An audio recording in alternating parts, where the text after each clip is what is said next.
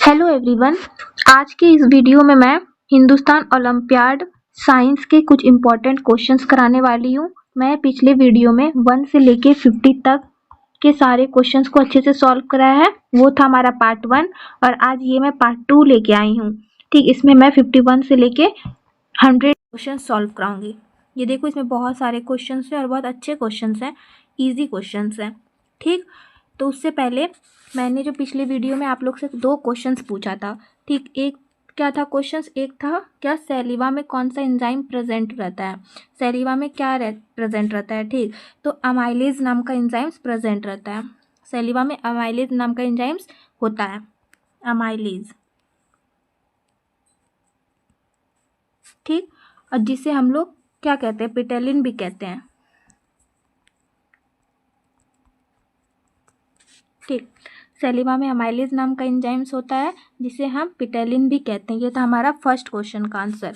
अब मैंने दूसरा क्वेश्चन क्या पूछा था, दूसरा क्वेश्चन पूछा था क्या सिट्रिक एसिड का केमिकल फार्मूला, सिट्रिक एसिड का केमिकल फार्मूला होता है C6H8O7। ठीक, ये है सिट्रिक एसिड का केमिकल फार्मूला। ये 2 क्वेश्चंस हो गया।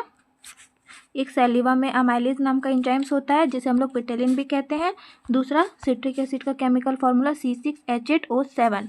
ठीक, इतना हो गया। अब हम लोग चलते हैं अपने क्वेश्चंस की तरफ। तो हम लोगों ने 50 तक कर लिया था, आज हम लोग करेंगे 51 से। देखो 51 में क्या है question, get salt from sea water by. इसका मतलब है कि सॉल्ट वाटर से नमक कैसे ऑब्टेन किया जाता है। मैं इन सारे क्वेश्चंस को आपको हिंदी में भी समझाऊंगी। समुद्री पानी से नमक को कैसे प्राप्त किया जाता है। ठीक, तो समुद्री पानी से नमक इवापोरेशन की प्रोसेस द्वारा प्राप्त किया जाता है, इवापोरेशन की प्रोसेस द्वारा। कैसे करते हैं ये जान लेते हैं। देखो, सी वाटर को उथले तालाबों में फैलाया जाता है। उथले तालाबों का मतलब है ऐसे तालाब जिनमें पानी कम गहराई तक हो। ठीक, जैसे ज़मीन के पास पास ही पानी हो और सूरज की गर्मी से पानी भाप बनकर उड़ जाता है। जब भाप बनकर पानी उड़ेगा तो इसे क्या बोलेंगे, इसे इवेपोरेशन बोलेंगे, इसे इवेपोरेशन कहते हैं। और पानी के उड़ने के बाद नीचे जो सॉलिड सब्सटेंस रह जाता है उसी बचे हुए सॉलिड सब्सटेंस को इकट्ठा करके नमक बनाया जाता है। ठीक, जब पानी भाप पड़ के बन के उड़ेगा तो नीचे में कुछ सॉलिड सब्सटेंस जो रहता है उसी को हम लोग इकट्ठा करके क्या करते हैं, नमक बनाते हैं। तो ये कौन से प्रोसेस द्वारा हुआ, ये नमक कैसे प्राप्त हुआ, कैसे बना, इवापोरेशन की मदद से बना। तो इसलिए इसका आंसर क्या हो गया, इवापोरेशन हो गया। ठीक, आई होप ये आप लोग को क्लियर होगा। अब चलते हैं क्वेश्चन नंबर 52 पे। क्वेश्चन नंबर 52 है सेपरेशन बाय साइज। साइज के डिफरेंस को यूज़ करके चीज़ों को कैसे अलग करते हैं। ठीक, कैसे अलग करते हैं, साइज के डिफरेंस को यूज़ करके चीज़ों को कैसे अलग करते हैं। तो सीविंग से अलग करते हैं, सीविंग से। सीविंग क्या है, सीविंग वह तरीका है जिसमें छलनी का उपयोग करके बड़े और छोटे पार्टिकल्स को उनके साइज के आधार पर अलग किया जाता है। ठीक, छलनी से मतलब छलनी का उपयोग करके बड़े और छोटे पार्टिकल्स को उनके साइज के आधार पर अलग किया जाता है, इसलिए इसका आंसर क्या है, सीविंग है। ठीक, ये भी समझ में आ गया। अब चलते हैं क्वेश्चन नंबर 53। क्वेश्चन नंबर 53 तो काफ़ी इजी क्वेश्चन है। यूनिवर्सल सॉल्वेंट बताना है। यूनिवर्सल सॉल्वेंट का मतलब ऐसा सॉल्वेंट जो बहुत सी सब्सटेंस को घोल सकता है, मिक्स कर सकता है। तो सबसे ज़्यादा चीज़ों को घोलने की क्षमता तो पानी में ही होता है। ठीक, पानी में तो सब चीज़ घुल जाता है, इसलिए इसका आंसर क्या होगा, वाटर। तो क्वेश्चन नंबर 53 का आंसर है वाटर। ठीक, अब चलते क्वेश्चन नंबर 54 पे। क्वेश्चन नंबर 54 है baking soda chemical name. Baking soda का केमिकल नेम क्या होता है। तो बेकिंग सोडा का केमिकल नेम होता है सोडियम बाइकार्बोनेट। सोडियम बाइकार्बोनेट होता है और एक होता है सोडियम हाइड्रोजन कार्बोनेट। ठीक, एक और होता है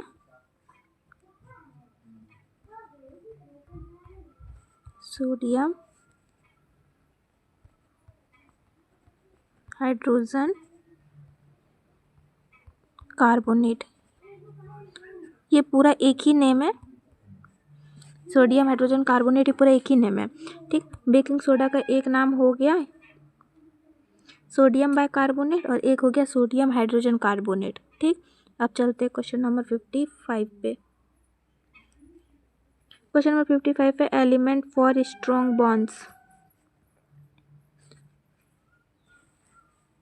कौन सा एलिमेंट हमारी बोन्स को मजबूत बनाता है? ठीक, कौन सा एलिमेंट हमारी हड्डियों को मजबूत बनाता है? तो आंसर होगा कैल्शियम। ठीक, कैल्शियम। कैल्शियम ही हड्डियों को मजबूत बनाता है और यह हड्डियों और दांतों को शक्ति देता है। ये शरीर में मसल्स के काम में मदद करता है और ये नसों के सिग्नल्स पहुंचाने में भी क्या करता है? काम आता है। ठीक, तो अगर मैं आपसे पूछूं कि कैल्शियम कहाँ कहाँ मिलता है तो आप लोग मुझे बताना क्या कैल्शियम किस में मिलता है कैल्शियम। ठीक, यहाँ मैं लिख देती हूँ, कैल्शियम हमें मिल्क में मिलता है, दही में, कर्ड में, और पनीर में भी मिलता है, और किस में मिलता है, और हरी सब्जियां में मिलता है, ग्रीन वेजिटेबल्स में मिलता है, बादाम में मिलता है, अंडे में मिलता है, एग में, मतलब इन सब्जियों में कैल्शियम मिलता है। तो सबको पता है, बेसिक चीज़ है, लेकिन फिर भी मैं बता दी। ठीक, यहाँ तक हमें कैल्शियम मिलता है।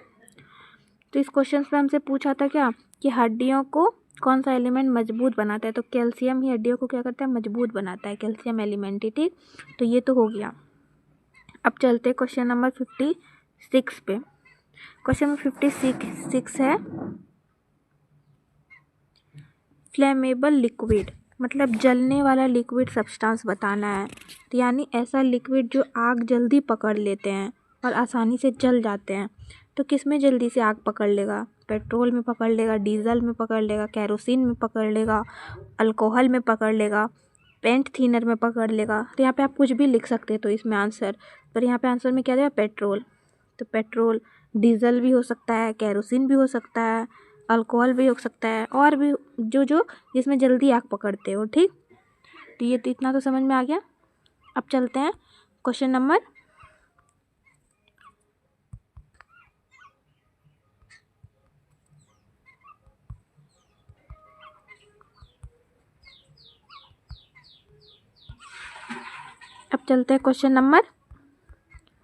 57 पे। हमने 56 तक कर लिया है। अब चलते क्वेश्चन नंबर 57 पे। क्वेश्चन नंबर 57 है सैंड प्लस वाटर मिक्सचर। इस क्वेश्चन का मतलब है सैंड और पानी। ठीक, सैंड मतलब रेत, बालू और पानी का मिक्सचर बताना है कि क्या ये कौन सा टाइप का मिक्सचर है। तो ये कौन से टाइप का मिक्सचर है? हेट्रोजीनस मिक्सचर है। क्योंकि देखो, आप रेत को पानी से अलग देख सकते हैं। रेत मतलब पानी और बालू को जब हम लोग मिक्स करेंगे तो इसमें दो अलग अलग सब्सटेंस साफ दिखाई देगा, पानी अलग दिखाई देगा, बालू अलग दिखाई देगा। तो ये क्या एक हेट्रोजीनस मिक्सचर हो गया।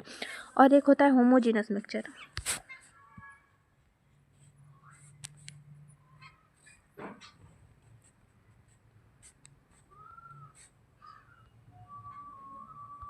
एक होता है होमोजीनस मिक्सचर।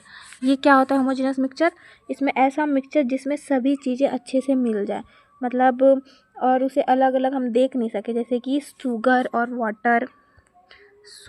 प्लस वाटर, अगर चीनी और पानी को अगर हम मिक्स कर देंगे तो आप हमें बता सकते हैं कि इसमें से चीनी कितना है, पानी कितना है, तो मिक्स हो जाएगा। तो इसको हम लोग अलग अलग देख नहीं सकते हैं। तो वही है होमोजीनस। और हेट्रोजीनस में जब हमें दो सब्सटेंस अलग अलग दिखाई देते हो, साफ दिखाई देते हो। ठीक, तो वही हमसे इसमें पूछा है क्या सैंड और वाटर का मिक्सचर क्या है? तो हेट्रोजीनस मिक्सचर है, क्योंकि बालू को जब पानी में मिक्स करेंगे तो बालू नीचे बैठ जाएगा। तो बालू हम अलग से देख सकते हैं और पानी तो अलग से हम देख ही सकते हैं। तो इसलिए इसका आंसर हो गया हेट्रोजीनस मिक्सचर। ठीक, अब चलते हैं क्वेश्चन नंबर 58 पे। 58 है gas in soft drink. Soft drink में कौन सा गैस होता है? सॉफ्ट ड्रिंक में कार्बन डाइऑक्साइड गैस होता है। ठीक, यही गैस उसे बबली बनाता है। मतलब जब बोतल हम लोग खोलते हैं तो छोटे छोटे बुलबुले निकलते हैं ना, तो ये इन्हीं गैस की वजह से निकलता है। कार्बन डाइऑक्साइड गैस इसमें प्रेजेंट होती है। ठीक, कोको कोला हो गया, फेंटा हो गया और स्प्राइट हो गया, ये all have carbon dioxide gas. इस सब में कार्बन डाइऑक्साइड गैस होता है। तो इसमें कौन सा गैस होगा? कार्बन डाइऑक्साइड गैस होगा। ठीक, आंसर यही हो गया। अब चलते हैं क्वेश्चन नंबर 59 पे। क्वेश्चन नंबर 59 है स्टेट विद डिफिनिट शेप, मतलब ऐसा सब्सटेंस जिसकी शेप हमेशा डिफिनिट हो। ठीक, तो क्या होगा? सॉलिड। सॉलिड जैसे कि सॉलिड पत्थर हो गया, लकड़ी हो गया, किताब हो गया, ये सब, इसलिए इसका आंसर क्या है? सॉलिड है। सब काफ़ी इजी क्वेश्चन हैं। क्वेश्चन नंबर 60 पूछा है 7 कलर स्प्लिटिंग, मतलब वाइट लाइट किस तरह 7 रंगों में बढ़ता है। ठीक, वाइट लाइट किस तरह 7 रंगों में बढ़ता है। वाइट लाइट को प्रिज्म से गुजारने पर, जब वाइट लाइट को प्रिज्म से गुजारेंगे तो यह क्या होगा? यह violet, indigo, blue, green, yellow, red, ये सब रंगों में बढ़ जाएगा। ठीक, और इसी को क्या बोलेंगे? डिस्पर्सन कहते हैं। प्रिज्म में गुजरने पर हर कलर अपनी अलग अलग दिशा में मुड़ता है, इसलिए 7 रंग दिखाई देती है। ठीक, इसलिए इसका आंसर क्या है? डिस्पर्सन। डिस्पर्शन कौन कौन सा रंग दिखाई देगा? Violet, indigo, blue, green, yellow, orange और रेड। ठीक, ये सब कलर दिखाई देगा। नंबर 62 है स्पीड ऑफ लाइट, लाइट की स्पीड बतानी है। तो लाइट की स्पीड होती है 3 × 10⁸ मीटर पर सेकेंड। ठीक, और लाइट 1 सेकेंड में लगभग 3 लाख किलोमीटर की दूरी तय करती है। तो लाइट की स्पीड क्या है? 3 × 10⁸ मीटर पर सेकेंड। अब चलते हैं क्वेश्चन नंबर 63 पे। Question number 63 instrument measuring current, current measure करने के लिए कौन सा इंस्ट्रूमेंट हम लोग यूज करते हैं। ठीक, तो क्या कहते हैं उसे कहते हैं एम मीटर। ठीक, एम मीटर को हम लोग यूज करते हैं क्या? करंट मेजर करने के लिए। ठीक, और इसका सिंबल कैसे होता है एम मीटर का? ये होता है सिंबल एम मीटर का। ठीक, अब चलते क्वेश्चन नंबर 64 पे। 64 में device changing voltage, device changing voltage मतलब आपको ऐसा इंस्ट्रूमेंट बताना है जो वोल्टेज बदल सके। तो आंसर क्या है? ट्रांसफार्मर। ट्रांसफार्मर मतलब यह एक ऐसा इलेक्ट्रिकल इंस्ट्रूमेंट है जो अल्टरनेटिंग करंट का वोल्टेज बढ़ा सकता है या घटा सकता है। ठीक, लेकिन फ्रीक्वेंसी को नहीं बदलता है। ठीक, तो इसका आंसर क्या है? ट्रांसफार्मर। ट्रांसफार्मर ही वोल्टेज का डिवाइस चेंज कर सकता है। ठीक, बढ़ा सकता है, घटा सकता है, कौन कर सकता है? ट्रांसफार्मर ही कर सकता है। तो ये भी समझ में आ गया। अब चलते हैं क्वेश्चन नंबर 65 पे। 65 है एनर्जी इन फूड, फूड में एनर्जी किस रूप में होती है। तो इसका आंसर है केमिकल के रूप में होती है। जब हम भोजन खाते हैं तो हमारे शरीर में केमिकल रिएक्शन होती है, जैसे कि डाइजेशन, रेस्पिरेशन, और ये केमिकल एनर्जी हीट और मैकेनिकल एनर्जी में बदल जाती है। तो इसका आंसर क्या होगा? केमिकल। ठीक, केमिकल फूड में, मतलब फूड में एनर्जी केमिकल के फॉर्म में होती है। इसका आंसर हो गया केमिकल। अब चलते हैं क्वेश्चन नंबर 66 पे। क्वेश्चन नंबर 66 है मोशन एनर्जी। ठीक, चलती हुई ऑब्जेक्ट में किस प्रकार की एनर्जी होती है। तो काइनेटिक एनर्जी होती है। काइनेटिक एनर्जी, काइनेटिक एनर्जी क्या है? ये एक ऐसा जो किसी ऑब्जेक्ट में उसकी मोशन के कारण होती है। ठीक, इसका एग्जांपल हो गया चलती हुई कार हो गया, खेलता हुआ नहीं, झूला झूलता हुआ बच्चा हो गया, तो ये सब इसका एग्जांपल है। तो इसका आंसर क्या है? काइनेटिक एनर्जी हो गया। अब 67 है क्वेश्चन पोजीशन एनर्जी, मतलब यह सवाल पूछ रहा है कि ऑब्जेक्ट में उसकी पोजीशन या हाइट के कारण कौन सी एनर्जी होती है। तो पोटेंशियल एनर्जी। पोटेंशियल एनर्जी क्या होता है? जो किसी ऑब्जेक्ट में उसकी पोजीशन के कारण जमा होती है, हाइट के कारण जमा होती है, या मोशन पर डिपेंड नहीं करता है बल्कि ऑब्जेक्ट के प्लेस या हाइट पर डिपेंड करता है। ठीक, एग्जाम्पल हो गया मान लो हाइट पे रखा हुआ पत्थर, झूले पे चढ़ा बच्चा। ठीक, ये सब इसका एग्जाम्पल हो गया। तो इसका आंसर क्या है? Potential energy. अब चलते हैं क्वेश्चन नंबर 68 पे। क्वेश्चन नंबर 68 है कार साइड मिरर। कार के साइड में जो मिरर होता है वो कौन सा मिरर होता है? वो होता है कॉन्वेक्स मिरर। कॉन्वेक्स मिरर क्या होता है? जो सरफेस ऐसे, ठीक, सरफेस क्या हो? बाहर की ओर निकला हुआ हो। ठीक, इमेज छोटी बनती है और सीधी दिखाई देती है। पीछे का चीज़ ज़्यादा दूर दिखती है, मतलब ज़्यादा एरिया दिखाई देता है, इसलिए सड़क पर गाड़ी को पीछे और साइड में देखने के लिए कौन सा मिरर यूज़ होता है? कॉन्वेक्स मिरर यूज़ होता है। ठीक, कॉन्वेक्स मिरर ज़्यादा एरिया दिखाई देती है कॉन्वेक्स मिरर में, इसलिए सड़क पर गाड़ी को पीछे और साइड से देखने के लिए इस्तेमाल किया जाता है इस मिरर का। ठीक, इसका आंसर क्या हो गया, कॉन्वेक्स मिरर। ठीक, इतना समझ में आया। अब चलते हैं क्वेश्चन नंबर 69 पे। क्वेश्चन नंबर 69 है फोर्स पुलिंग टू अर्थ, मतलब कौन सा फोर्स ऑब्जेक्ट को अर्थ की ओर खींचता है, तो ग्रेविटी। ग्रेविटी, ठीक, ग्रेविटी। ग्रेविटी क्या, ग्रेविटी वह फोर्स है जो अर्थ की किसी भी ऑब्जेक्ट को अपनी ओर खींचता है, तो इसका क्या आंसर हो गया, ग्रेविटी आंसर हो गया। अब चलते हैं क्वेश्चन नंबर 70 पे। क्वेश्चन नंबर 70 है यूनिट ऑफ पावर, पावर की यूनिट बतानी है, तो पावर की यूनिट होती है वॉट। वॉट, ये तो बहुत आसान क्वेश्चन है, पावर की यूनिट क्या होती है, वॉट होती है। अब क्वेश्चन नंबर 71, क्वेश्चन नंबर 71 है इलेक्ट्रिसिटी फ्रॉम वाटर यूजिंग, मतलब पानी से इलेक्ट्रिसिटी उत्पन्न करने के लिए कौन सा इंस्ट्रूमेंट इस्तेमाल होता है, तो टरबाइन। क्या इस्तेमाल है, टरबाइंस। टरबाइंस, टरबाइंस पानी की एनर्जी को पोटेंशियल एनर्जी में बदलता है। ठीक, पानी का बहाव या गिरने की शक्ति टरबाइन के पंखों को घुमाती है। टरबाइन घूमने से जनरेटर इलेक्ट्रिसिटी बनाता है। टरबाइंस, टरबाइन में पंखे जो होते हैं ना, पानी का बहाव या गिरने की शक्ति टरबाइन के पंखों को घुमाती है। तो इसका आंसर क्या हो गया, इसका आंसर हो गया टरबाइंस। ठीक, अब चलते हैं क्वेश्चन नंबर 72 पे। Question number 72, lens for long sighted, मतलब दूर की चीज़ें साफ दिखाई दे इसके लिए कौन सा लेंस हम लोग इस्तेमाल करते हैं, तो कॉन्वेक्स लेंस। क्योंकि कॉन्वेक्स लेंस पहनने से ना इमेज रेटिना पर बनती है और हमें साफ साफ दिखाई देती है, इसलिए इसका आंसर क्या हो गया, कॉन्वेक्स लेंस हो गया। और वही 73 में जैसे इसका उल्टा है कि लेंस फॉर शॉर्ट स्लाइटेड, मतलब पास की चीज़ें साफ दिखाई दे उसके लिए कौन सा लेंस यूज होता है, कॉनकेव लेंस। कॉनकेव लेंस दूर की लाइट रेस को डाइवर्ज करता है ताकि इमेज रेटिना पर सही जगह बने, इसलिए इसका आंसर क्या हो गया, कॉनकेव लेंस। ठीक, अब चलते हैं क्वेश्चन नंबर 74 पे। क्वेश्चन नंबर 74 है टेम्परेचर इंस्ट्रूमेंट, मतलब टेम्परेचर मेज़र के लिए कौन सा इंस्ट्रूमेंट यूज़ होता है, थर्मोमीटर यूज़ होता है। ठीक, किसी को फीवर होता है तो हम लोग कैसे चेक करते हैं, थर्मोमीटर से तो चेक करते हैं फीवर। ठीक, तो फीवर चेक करने के लिए ना क्लिनिकल थर्मोमीटर होता है और आउटसाइड टेम्परेचर नापने के लिए लेबोरेटरी थर्मोमीटर होता है। ठीक, तो इसका आंसर क्या है, थर्मोमीटर। अब 75 का क्वेश्चन है लाइट ट्रेवल्स इन, लाइट किस दिशा में चलती है, किस दिशा में ट्रेवल होती है, तो लाइट हमेशा एकदम सीधी दिशा में जाती है, मतलब स्ट्रेट लाइन। जब तक कोई उसे ऑब्जेक्ट या मीडियम उसे रोक या मोड़ ना ले तो वो क्या होगा, वो स्ट्रेट लाइन में ही जाएगा, स्ट्रेट लाइन में ही जाएगी। जैसे कि टॉर्च की लाइट हो गया, सनलाइट हो गया, ये सब, तो इसका आंसर क्या हो गया, स्ट्रेट लाइन। अब चलते हैं 76 पे। 76 है लॉन्गेस्ट वेवलेंथ कलर, मतलब सबसे बड़ी कौन सा रंग सबसे लंबी वेवलेंथ रखता है, सबसे लंबा वेवलेंथ, तो रेड कलर। रेड का वेवलेंथ होता है 700 नैनोमीटर, रेड का। ठीक, और क्वेश्चन नंबर 77 है शॉर्टेस्ट वेवलेंथ, मतलब कौन सा रंग सबसे छोटी वेवलेंथ रखती है, वायलेट।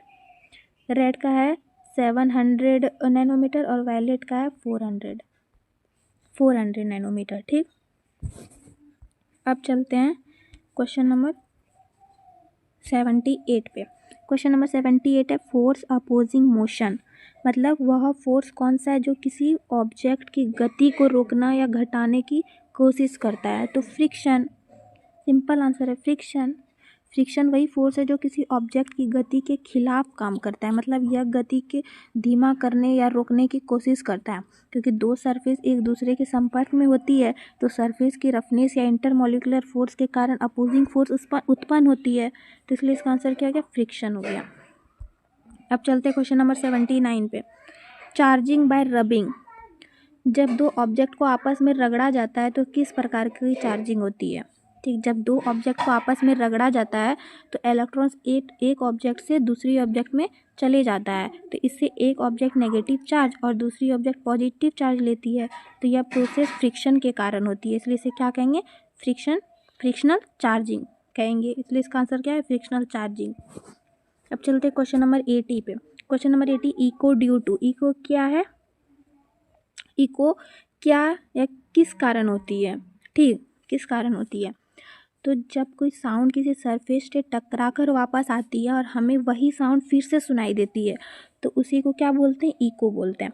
और बिना रिफ्लेक्शन के साउंड वापस नहीं आती है, इसलिए इसका आंसर क्या होगा, साउंड रिफ्लेक्शन होगा। कहीं भी कोई खाली जगह में हम लोग चिल्ला के बोलते हैं तो वापस से वही हमें सेम वापस सुनाई देती है कि नहीं देती है, तो क्या इको है, वही इको। तो किसकी वजह किस कारण से होती है, साउंड रिफ्लेक्शन के कारण से। ठीक, जब कोई साउंड किसी सरफेस में टकरा कर वापस आती है और हमें वही साउंड फिर से सुनाई देती है तो उसी को बोलते हैं इको। तो साउंड रिफ्लेक्शन के कारण होती है, इसलिए इसका आंसर क्या है, साउंड रिफ्लेक्शन। अब चलते 81 पे। 81 है, sound can not travel through. Sound किस माध्यम से नहीं फैल सकती, तो वैक्यूम के माध्यम से। वैक्यूम इसलिए होगा क्योंकि साउंड में मैकेनिकल वेव होती है और मैकेनिकल वेव फैलने के लिए पार्टिकल्स की ज़रूरत होती है और वैक्यूम में कोई पार्टिकल्स नहीं होता, इसलिए साउंड के लिए कोई मीडियम नहीं होती, साउंड ट्रेवल नहीं कर सकती है, इसलिए इसका आंसर क्या होगा, वैक्यूम। अब चलते हैं क्वेश्चन नंबर 82 पे। Question number 82, instrument for distant object. ऐसा इंस्ट्रूमेंट जो दूर की ऑब्जेक्ट को देखने के लिए यूज़ किया जाता है। तो दूर की ऑब्जेक्ट से आने वाली लाइट को कलेक्ट और मैग्नीफाई करता है, तो उसे क्या, देखो टेलीस्कोप, इसका आंसर टेलीस्कोप है। टेलीस्कोप क्या करता है, दूर की ऑब्जेक्ट से आने वाली लाइट को कलेक्ट करता है और मैग्नीफाई करता है, दूर की चीज़ें बड़े और साफ दिखाई देती है इसके कारण। ठीक, तो इसका आंसर क्या होगा, टेलीस्कोप होगा। अब चलते हैं क्वेश्चन नंबर 83 पे। क्वेश्चन नंबर 83 है, यूनिट ऑफ वर्क। वर्क की हमें यूनिट बतानी, तो वर्क की यूनिट होती है जूल। ये तो बहुत इजी क्वेश्चन है, वर्क की यूनिट होती है जूल। अब चलते हैं 84 पे। 84 है, device converting electricity to sound. ठीक, ऐसा इंस्ट्रूमेंट कौन है जो इलेक्ट्रिसिटी को साउंड में बदलता है, तो स्पीकर। आंसर क्या है, स्पीकर। स्पीकर में इलेक्ट्रिक करंट कॉइल से गुजरता है और कॉइल डायफ्राम को वाइब्रेट करता है और वाइब्रेटिंग डायफ्राम साउंड वेव को उत्पन्न करता है, इसलिए इसका आंसर क्या होगा, स्पीकर होगा। आंसर क्या है, स्पीकर। अब 85 क्या question, solar cells convert to. Solar cells किस एनर्जी को किस एनर्जी में कन्वर्ट करता है, तो इलेक्ट्रिकल एनर्जी में। सोलर पैनल के सेमीकंडक्टर मटेरियल में सनलाइट पड़ते ही यानी फोटोन्स पड़ते ही, और फोटोन्स इलेक्ट्रॉन को हिलाते हैं और जब इलेक्ट्रॉन्स हिलेंगे तो करंट फ्लो बनता है यानी एनर्जी कन्वर्ट होती है। तो मतलब किस में कन्वर्ट होगी, सोलर एनर्जी से इलेक्ट्रिकल एनर्जी में कन्वर्ट होगी, तो वहीं पे क्या होगा इसका answer, solar cells convert to electrical energy. ठीक, अब चलते 86 पे। 86 है, क्लोजेस्ट स्टार। सबसे नज़दीक स्टार कौन सा है, तारा कौन सा है, तो धरती पे सबसे नज़दीकी तारा वास्तव में सन है, सन है। आंसर क्या है, सन।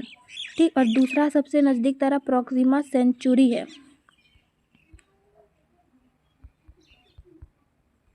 प्रोक्सिमा सेंचुरी, यही। ठीक, दूसरा नज़दीकी तारा, और क्लोजेस्ट तारा तो क्या, सन है। इतना समझ में आया। अब चलते हैं 87 पे। 87 है, आवर गैलेक्सी। हमारे गैलेक्सी का नाम क्या है, मिल्की वे नाम है, तो सबको पता है कि हमारे गैलेक्सी का नाम है मिल्की वे। अब क्वेश्चन नंबर 88 है, अर्थ नेचुरल सैटेलाइट। अर्थ का नेचुरल सैटेलाइट कौन सा है, मून है, मून है। अर्थ की नेचुरल सैटेलाइट मून है, इसलिए इसका आंसर क्या है, मून, मून। अब है क्वेश्चन नंबर 89। 89 है, एयर लेयर अराउंड अर्थ। धरती की चारों ओर हवा की परत का नाम क्या है, एटमॉस्फेयर नाम है। कहाँ चला गया, यहाँ एटमॉस्फेयर नाम है। ठीक, पृथ्वी की चारों ओर हवा की परत बनी होती है, इसे हम लोग क्या कहते हैं, एटमॉस्फेयर कहते हैं। और यह हमारे जीवन के लिए बहुत ही आवश्यक गैस प्रदान करती है, जैसे कि ऑक्सीजन हो गया, नाइट्रोजन हो गया, ये सब गैस हमें प्रदान करती है, इसलिए इसका आंसर क्या होगा, एयर लेयर अराउंड अर्थ, किसके, एटमॉस्फेयर। ठीक, अब चलते हैं क्वेश्चन नंबर 19 पे। Question number 19, hottest planet. सबसे गर्म ग्रह कौन सा है, तो वीनस। वीनस क्या है, सबसे हॉटेस्ट प्लानेट है। और 91 है, लार्जेस्ट प्लानेट। सबसे बड़ा ग्रह कौन सा है, जुपिटर। वीनस है सबसे गर्म प्लैनेट और जुपिटर है सबसे बड़ा प्लैनेट। ठीक, अब क्वेश्चन नंबर 92 है, डे नाइट ड्यू टू। दिन और रात क्यों होती है, क्यों होती है, अर्थ रोटेशन की वजह से होती है। देखो, अर्थ अपनी एक्सिस पर घूमती है और सूर्य की रोशनी धरती पर अलग अलग हिस्सों में पड़ती है। जिस हिस्से पर सूरज की रोशनी ज़्यादा पड़ती है तो वहाँ दिन होता है, और जिस हिस्से पर सूरज की रोशनी कम पड़ती है तो वहाँ रात होता है। अर्थ हर 24 घंटे में एक बार अपनी एक्सिस पर घूमती है, दिन और रात बदलते रहते हैं। ठीक, इसका आंसर क्या होगा, अर्थ रोटेशन। ठीक, क्या होगा, अर्थ रोटेशन। अब चलते हैं क्वेश्चन नंबर 93 पे। क्वेश्चन नंबर 93 भी इसी जैसा क्वेश्चन है, सीजन ड्यू टू।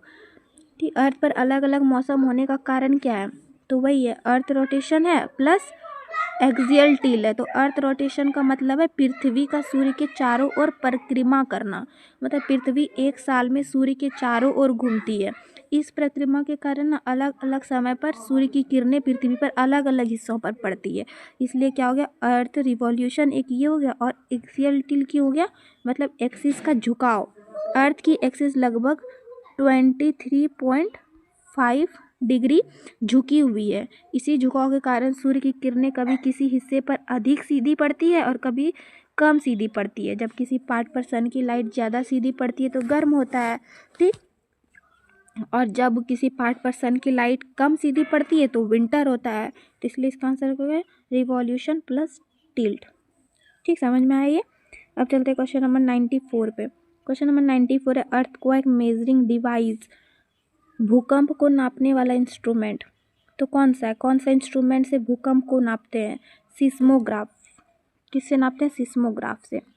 ठीक, अब चलते हैं क्वेश्चन नंबर 95 पे। क्वेश्चन नंबर 95 है शेप ऑफ अर्थ। अर्थ का शेप पूछा है, तो अर्थ का शेप है ऑब्लेट स्फेरॉइड, मतलब यानी ऊपर और नीचे से थोड़ा चपटा गोल आकार का, ठीक, ऑब्लेट स्फेरॉइड। अब चलते हैं क्वेश्चन नंबर 96 पे। क्वेश्चन नंबर 96 है inner core made up of. Inner core किससे बना हुआ है? तो इनर कोर बना हुआ है आयरन और निकल से बना हुआ है।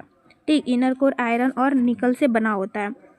तो ये हो गया। अब चलते हैं क्वेश्चन नंबर 97 पे। Question number 97 wearing away of rocks, मतलब हवा, पानी या बर्फ द्वारा चट्टानों को घिसकर, ठीक, यहाँ क्या लिखा? वेयरिंग अवे ऑफ रॉक्स, मतलब चट्टानों का धीरे धीरे घिस जाना किसे कहते हैं? तो धीरे धीरे घिस जाना चट्टानों को किसे कहते हैं? इरोजन। मतलब कि किस चट्टान एक जगह से कभी धीरे धीरे धीरे धीरे घसक के दूसरी जगह चले जाता है, तो ये किस कारण से, क्या कहते हैं इसको? तो इसको कहते हैं इरोजन। इरोजन क्या होता है? हवा, पानी या बर्फ द्वारा चट्टानों का घिसकर दूर ले जाना, ठीक, इसी को क्या कहते हैं? इरोजन कहते हैं। इरोजन से इरोजन इसी को कहते हैं, ठीक, इसलिए इसका आंसर क्या होगा? इरोजन। अब चलते हैं क्वेश्चन नंबर 98। अब हमारे लास्ट 3 क्वेश्चन बचा है, जल्दी से कर लेते हैं। अब चलते हैं 98 पे। 98 है वेदर स्टडी, मतलब मौसम का अध्ययन किसे कहते हैं? ठीक, ठीक, मौसम का स्टडी किसने किया बोल लो, मौसम का अध्ययन किसे कहते हैं, स्टडी करने वाला विज्ञान का नाम क्या, मतलब कुछ भी बोल लो, क्या है? मीटियोरोग्राफ, नहीं, मीटियोरोलॉजी। क्या है? मीटियोरोलॉजी। ठीक, मौसम का अध्ययन किसे कहते हैं? मीटियोरोलॉजी। आंसर क्या है? मीटियोरोलॉजी। वेदर का स्टडी किसने किया? मीटियोरोलॉजी। ठीक, अब चलते हैं क्वेश्चन नंबर 99 पे। क्वेश्चन नंबर 19 है इमेजिनरी अर्थ मिडिल लाइन, पृथ्वी के बीच से खींची गई इमेजिनरी लाइन का नाम क्या है? इमेजिनरी लाइन का, ये पृथ्वी के बीच में जो है, इसका नाम क्या है? तो इसका नाम है इक्वेटर। क्या नाम है? इक्वेटर। क्या बोलते हैं उसको? इक्वेटर बोलते हैं, ठीक, इक्वेटर है। अब क्वेश्चन नंबर 100, ये हमारे लास्ट क्वेश्चन है। लास्ट क्वेश्चन है ब्राइटेस्ट प्लैनेट एट नाइट, रात में सबसे चमकीला ग्रह कौन सा है? तो वीनस है, ठीक, वीनस। वीनस को हम लोग क्या बोलते हैं? शुक्र ग्रह, ठीक, शुक्र ग्रह। सूरज और चांद के बाद आसमान में सबसे तेज चमकता है, तो आंसर क्या होगा? शुक्र ग्रह, यानी वीनस। वीनस ही सबसे ज़्यादा चमकने वाला प्लैनेट है रात में, ठीक, तो इसका आंसर क्या होगा? वीनस हो गया। ठीक, तो आज मैंने 51 से लेके 100 तक के सारे क्वेश्चंस को करा दिए हैं, ठीक। ये हमारा पार्ट 2 था, और पिछले वीडियो में मैंने 1 से लेके 50 तक कराया है। आप लोग उस वीडियो को ज़रूर देख लें। ये सब काफ़ी इंपॉर्टेंट क्वेश्चंस है और बहुत इजी क्वेश्चंस है, ठीक। अगर आपको आज का वीडियो समझ में आया या अच्छा लगा तो वीडियो को लाइक ज़रूर करें और चैनल को ज़रूर सब्सक्राइब करें। और अगर आपको इन सब क्वेश्चन में से कहीं भी डाउट हो तो आप मुझे कमेंट में ज़रूर पूछें। फिर मिलते हैं आपको नेक्स्ट वीडियो में ऐसे ही कुछ इंपॉर्टेंट क्वेश्चंस के साथ। तब तक के लिए थैंक यू।